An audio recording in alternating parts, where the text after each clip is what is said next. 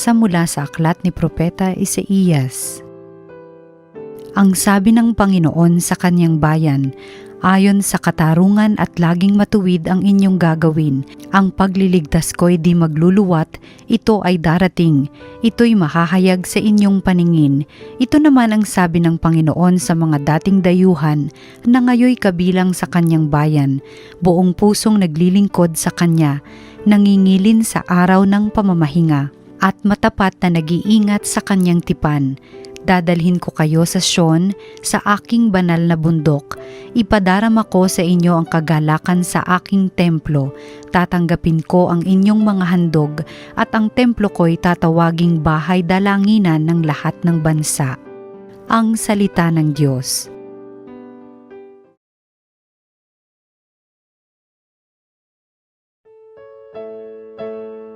Naway magpuri sa iyo ang lahat ng mga tao.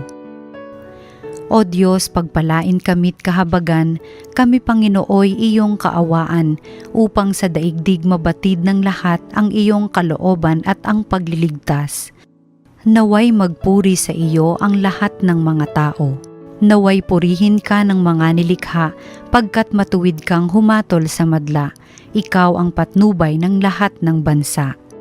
Naway magpuri sa iyo ang lahat ng mga tao. Purihin ka nawa ng lahat ng tao, purihin ka nila sa lahat ng dako. Ang lahat sa ami iyong pinagpala, naway igalang ka ng lahat ng bansa. Naway magpuri sa iyo ang lahat ng mga tao. Pagbasa mula sa sulat ni Apostol San Pablo sa mga taga-Roma. Mga kapatid, ito naman ang sasabihin ko sa inyo, mga hentil, yamang ako'y apostol ninyo, pinangangatawanan ko ang aking ministeryo upang mangimbulo ang mga kababayan ko at sa gayoy maligtas ang ilan sa kanila. Kung naging daan ng pakikipagkasundo ng sanlibutan sa Diyos ang pagkakatakwil sa kanila, ang muling pagtanggap sa kanila'y para na ring pagbibigay buhay sa patay. Ang Diyos ay hindi nagbabago ng isip tungkol sa kanyang mga kaloob at pagtawag. Dati, masuwayin kayo sa Diyos, ngunit ngayoy kinahahabagan sa panahon ng pagsuway ng mga Hudyo. Gayon din naman, sila'y naging masuwayin ngayong kayo'y kinahahabagan upang sila'y kahabagan din. Sapagkat hinayaan ng Diyos na maalipin ng kanilang kasalanan ang lahat ng tao upang maipadama sa kanila ang kanyang habag. Ang salita ng Diyos. Salamat sa Diyos. Ang mabuting balita ng Panginoon ayon kay San Mateo. Noong panahong iyon, si Jesus ay nagpunta sa lupaing malapit sa Tiro at Sidon. Lumapit sa kanya ang isang Kananeyang naninirahan doon at malakas na sinabi, Panginoon, anak ni David, mahabag po kayo sa akin. Ang anak kong babae ay inaalihan ng demonyo at masyadong pinahihirapan. Ngunit gaputok may di tumugon si Jesus. Lumapit ang kanyang mga alagad at sinabi sa kanya, pagbigyan na nga po ninyo at nang umalis. Siya'y nag-iingay at susunod-sunod sa atin. Sumagot si Jesus, sa mga tupang naliligaw ng sambahayan ng Israel lamang ako sinugo. Ngunit lumapit sa kanya ang babae. Lumuhod sa harapan at ang sabi, tulungan po ninyo ako, Panginoon. Sumagot si Jesus, hindi dapat kunin ang pagkain ng mga anak upang ihagis sa mga tuta. Tunay nga po, Panginoon, tugon ng babae. Ngunit ang mga tuta man ay nagsisikain ng mumong nalalaglag sa hapag ng kanilang Panginoon. Kaya't sinabi sa kanya ni Jesus, napakalaki ng iyong pananalig, mangyayari ang hinihiling mo, at noon di gumaling ang kanyang anak. Ang mabuting balita ng Panginoon. Pinupuri ka namin, Panginoong Hesus.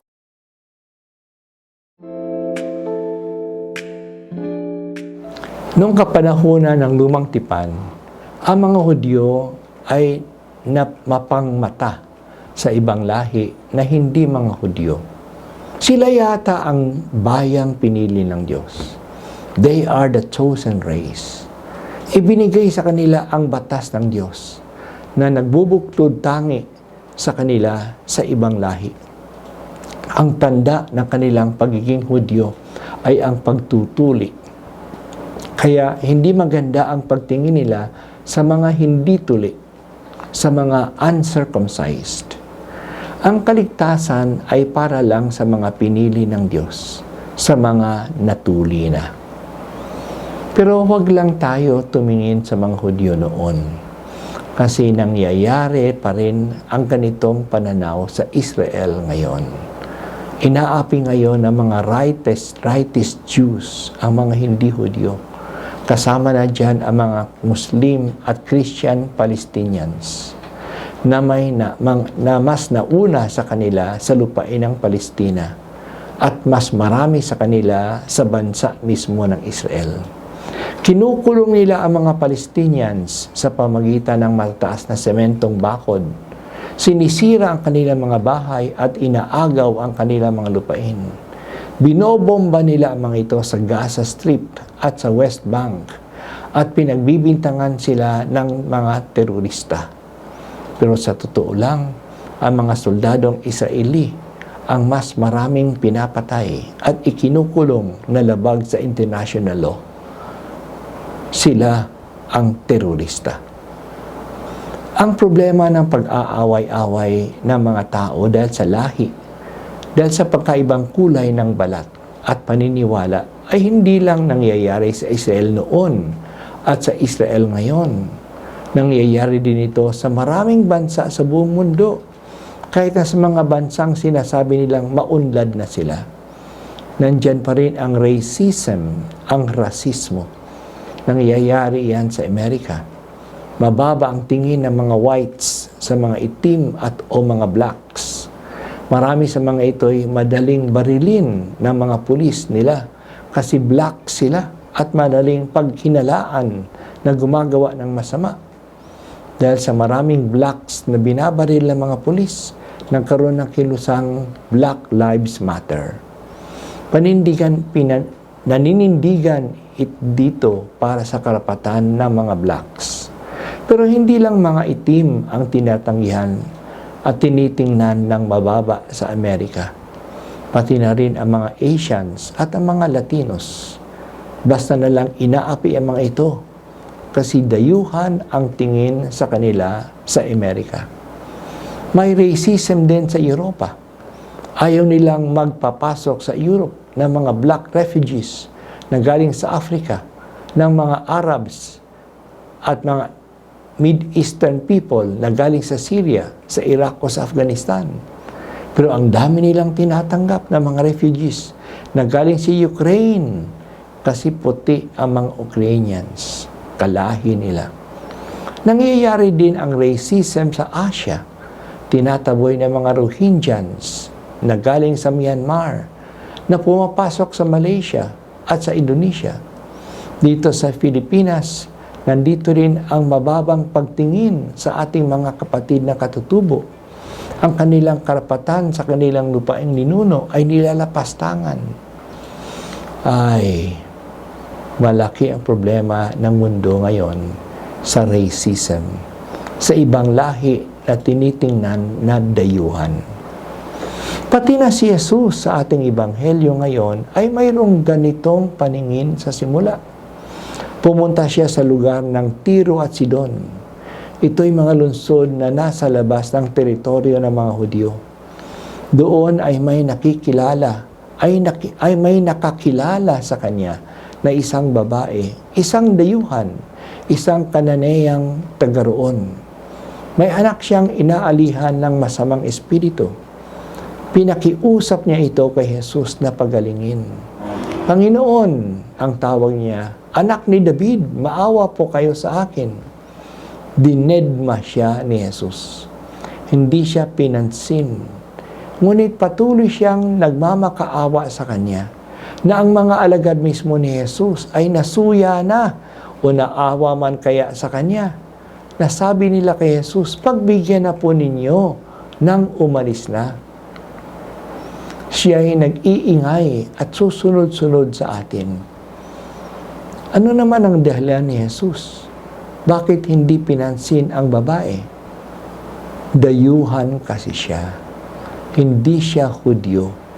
Sabi ni Jesus na sinugo siya para lamang sa mga naliligaw na tupa sa Israel. Hindi naman Israelita ang babaeng ito. Pero patuloy pa rin humihingi ng tulong ang babae. Napagsabihan tuloy ni Jesus ng masakit na salita. Hindi dapat kunin ang pagkain ng mga anak upang ihagis sa mga tuta. Aso ang tingin sa kanya ni Jesus. Sa halip na masaktan, mas lalong nagpakababa ang babae. Oo, Panginoon, pero ang tuta man ay kumakain ng mumo na nalalaglag sa hapag ng kanilang Panginoon. Hindi naman siya nag-aagaw ng biyaya. Mumo lang, tira-tira lamang yan ang mga biyayang hinihingi niya. Sa attitude ng tiwala na may ganitong pagpapakumbaba, hindi na makatanggi si Jesus. Sumurrender na siya. Pinagbigyan niya ang babaeng dayuhan. Pinagaling niya ang kanyang anak. At saan nanggaling ang ganitong pagpapakumbaba ng ina? Sa kanyang malaking pag-ibig sa kanyang anak. Handa niyang tiisin ang pagkutyang ito dahil sa pag-ibig. Ang kanyang malaking pag-ibig sa anak na may sakit ay nagbunga ng tiwalang matyaga. At ang tiwala ay nagdala ng pagpapakumbaba. Pero si Jesus nga ba ay may katangi-tanging pagtingin lang sa mga Hudyo? Para lang ba sa isang lahi ang kaligtasan na kanyang ibinigay sa atin? Hindi. Natapos ang Ebanghelyo ni Mateo sa utos ni Jesus sa kanyang mga alagad na humayo sa buong mundo. Gawing alagad niya ang lahat ng bansa. Binigyan sila at turuan ang lahat ng mga aral niya. At ginawa nga ito ng mga alagad. Sila'y pumunta sa lahat ng bansa at doon pa sila pinatay. Si Pedro at si Pablo sa Roma, si Santiago sa Espanya, si Marco sa Ehipto, si Tomas sa India, si Judas Tadeo sa Persia. Malakas ang kamalayan ni San Pablo na ang misyon niya ay para sa mga hintil, para sa mga hindi tuli, sa mga hindi Hudyo. Kahit na siya ay Hudyo, alam niya na ang misyon niya ay hindi para lang sa kanyang mga kalahing Hudyo. Pero umaasa pa rin siya na balang araw ang mga Hudyo ay makakatanggap din ng kaligtasan kasi ang mga Hudyo nga ay ang bayang pinili ng Diyos at hindi nagbabago ang kanyang isip tungkol sa mga kanyang mga kaloob at pagtawag. Hindi pa natin alam kung kailan at kung papaano makakarating ang mga Hudyo sa pagkilala kay Jesus bilang Kristo at anak ng Diyos. Pero mangyayari ito. Ang paglapit sa Diyos at pagtanggap ng kaligtasan ay hindi nagdidepende sa lahi o sa dugo o kulay ng balat. Gusto ng Diyos na ang lahat ay maligtas at makaalam ng katotohanan ng kaligtasan. Sa lumang tipan pa, sinabi na ng Diyos ang kanyang balak. Ang mga dayuhan ay mabibilang sa kanyang bayan kung sila ay buong pusong naglilingkod sa kanya. Pinapangilin ng araw ng Panginoon at tumutupad sa kanyang tipan. Dadalhin sila sa bundok ng Panginoon sa Sion at makikiisa sila sa kagalakan ng kanyang templo. Doon tatanggapin din ang kanilang mga handog. Makakasamba sila sa Diyos kasi ang templo ng Diyos ay tatawaging bahay dalanginan ng lahat ng bansa. Sa lumang tipan pa lang, universal na ang paningin ng Diyos. Para sa lahat ang pagsamba sa Kanya. Si Abraham at ang lahi na galing sa Kanya, ang mga Hudyo, ay pinili ng Diyos upang sa pamamagitan nila ang blessing ng Diyos ay dumating sa lahat ng bansa. Ang pagpili sa kanila ay hindi lang paraan sa kanilang kapakinabangan. Sila ay magiging tulay upang ang lahat ay makakilala sa Diyos at lumapit sa Diyos. Universal. Yan ang ibig sabihin ng salitang Katoliko. Tayo ay Katoliko kasi ang lahat ay tinatanggap natin. Lahat ng lahi, lahat ng tao, lahat ng makasalanan. Kasi si Jesus ay dumating upang magpatawad ng mga makasalanan. Isang hamon ang pagiging Katoliko kasi madalas may mga bias din tayo. May pagtatangi din tayo. Hindi patas ang pagtingin natin sa lahat. May kinikilingan tayo at may isinasantabi tayo.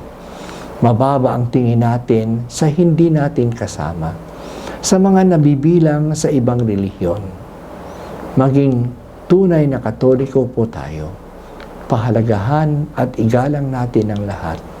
Abutin natin ang lahat at ibahagi sa kanila ang pananampalataya na mahal ng Diyos ang lahat at inaabot niya ang lahat ng tao.